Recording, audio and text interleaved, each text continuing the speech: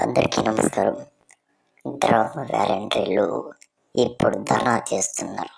ధర్నా చేస్తున్నటువంటి వాలంటీర్లకు గత ప్రభుత్వంలో 5,000 రూపాయలు వేతనం ఇస్తూ ఆ ప్రభుత్వం గ్రామ వార్డు సచివాలయాలలో తగినటువంటి ఒక 50 ఇళ్లకు ఒక గ్రామ వాలంటీర్ని నిర్ధారణ చేశారు.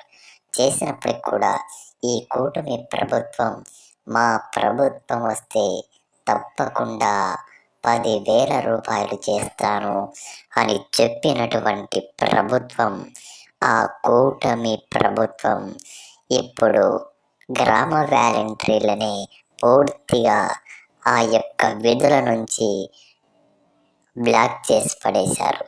అంటే కూటమి ప్రభుత్వం చేస్తున్నటువంటి పద్ధతి ఇది ఎంతవరకు మంచి పద్ధతి అని ఇంతటితో నేను చెబుతున్నటువంటి ఈ విషయాన్ని మనం తెలుసుకోవాలి.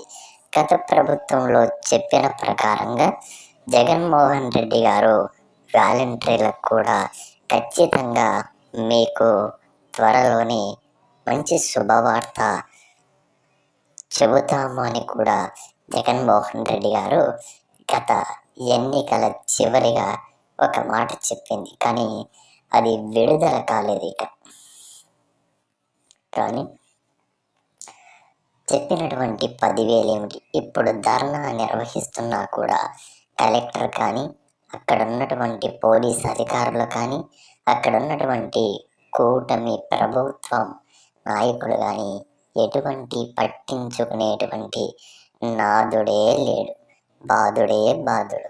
ఎంత చెప్పినా ఎంత చేసినా ప్రభుత్వాలు ధర్నాలు చేసినా పట్టించుకోలేనటువంటి దుస్థితికి ఇది దిగజారుతున్నటువంటి నేపథ్యం కూటమి ప్రభుత్వం.